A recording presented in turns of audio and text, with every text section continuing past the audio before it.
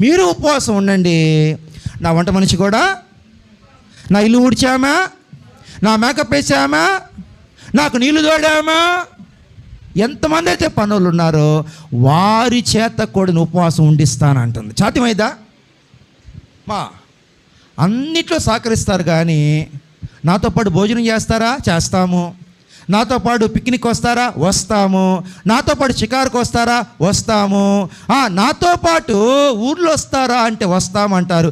నాతో పాటు ఉపవాసం ఉంటా. అడగండి మీరు ఎవరినైనా, నీ భర్తను అడుగు. ఎప్పుడైనా కలిసి భోజనం చేస్తున్నాం కదా, కలిసి కూర్చుంటున్నాం కదా, కలిసి పెళ్ళికి వెళ్తున్నాం కదా, కలిసి షాపింగ్కి వెళ్తున్నాం కదా, కలిసి మాట్లాడుకుంటున్నాం కదా, అప్పుడప్పుడు పోట్లాడుకుంటున్నాం కదా, కలిసి ఉపవాసం ఉందామా?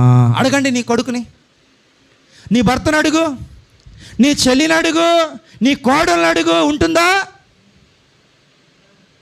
నీతో అన్ని చోట్లకు వచ్చింది కానీ 2 చోట్లకు రాదు. లోకపరంగా చెప్పనా, నాతో పాటు చనిపోవడానికి వస్తామమ్మంటే వచ్చిదమ్మా? ఆత్మ సంబంధం చెప్తున్నా నేను. నాతో పాటు ఉపవాసం ఉంటావా? అడగండి మీరు ఎప్పుడైనా. నీ కొడుకుంటాడా? నీతో పాటు చనిపోవడానికి వస్తారా? అవునా కదా? ఇప్పుడు ఏమంటుంది, నా పని మనిషిని ఎంతమంది నాకు తెలియదు, 3, 5, 7 ఎంతమంది నాకు తెలియదు, కానీ అక్కడ బైబిల్ వాక్యం సెలవు 7 పెట్టాడంట. 7 ఎంతమందో ఉన్నారో తెలియదు, కానీ ఆ పని వారందరినీ కూడా ఇస్తారంట. ఎక్కడ కూర్చోబెట్టిద్దంట?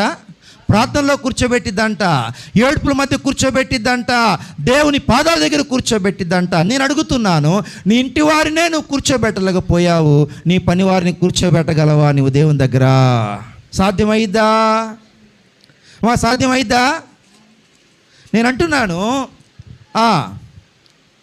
చూడండి 9వ వచనంలో 2:9 చూడండి, 2:9 చూడండి కావాలంటే. 2వ అధ్యాయము 9వ వచనం చివరిలో 7 ఆడపిల్లలను అతడు ఆమెకు త్వరగా ఏర్పరచి ఆమెను ఆమె చెలికత్తెలు మాట ఉంటే చూడండి. 2వ అధ్యాయము 9వ వచనంలో ఎంతమంది? ఎస్తేరుకి ఎంతమంది పని వాళ్ళు ఇచ్చాడు? 7 ఆడపిల్లలు అంటమ్మా. 7 ప్రార్థనలో కూర్చోబెట్టింది, 7 ఆరాధనలో కూర్చోబెట్టింది, 7 ఏడ్చే విధంగా చేసింది. పొద్దున్న టిఫిను చేయొద్దు, మధ్యాహ్నం భోజనము చేయొద్దు, రా అంటుంది. ఎన్ని రోజులమ్మా అంటే 3 రోజులు. ఎన్ని రోజులమ్మా? 3 రోజులు